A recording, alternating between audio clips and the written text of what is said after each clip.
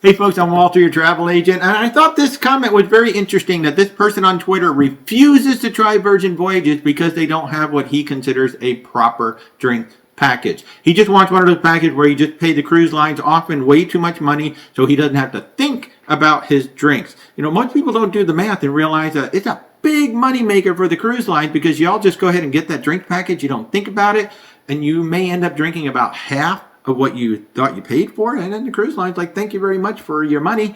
But Virgin Voyages, first of all, keep in mind, your meals, your Wi-Fi, your gratuities, your soft drinks, they're all included in the cruise fare right up front. Every other cruise line, you know, you got to pay for the Wi-Fi, the gratuities, you're going to be paying for the specialty meals, and other than Disney, you're going to be paying for the soft drinks too. So right off the bat, Virgin's got a lot of things covered in there. Now, when it does come to that drinks package, let's take Royal Caribbean. The Royal Caribbean is anywhere from, say, 68 to 85, maybe even more per day, per person, and both people in the cabin have to get that same package. So let's just use $75 a day as an average. So for a 1 week cruise, two people, it's going to be $1,050 for two of you to not have to think about your drinks.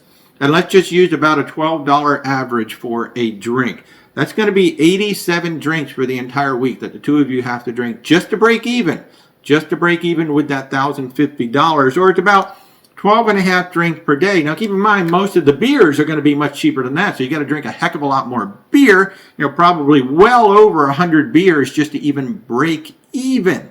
So if you don't drink that much, well, then Royal Caribbean just made a nice chunk of change off of you because you didn't use the alcohol that you paid for. So Virgin Voyages just runs a bar tab. You prepay before the cruise in $300 increment, and that's good for the cabin. You don't have to buy it for each person. And the bar tab is good if you want to buy drinks for other people, you can, unlike other cruise lines where if you do that, you're going to be in big trouble. So you pay Virgin Voyages in $300 increments before the cruise. They throw a little something on there, maybe $50 or $100 for every $300. So you can buy your specialty coffee, your alcohol, your mocktails, anything that is a paid drink on the ship or at Bimini, you can use your bar tab for that. And it works just like a drinks package. So I'm really curious with the rest of you out there, would the lack of a proper drinks package prevent you from trying any cruise line, despite the fact that you get all your meals, your Wi-Fi, your gratuities, and your soft drinks completely included in the cruise fare?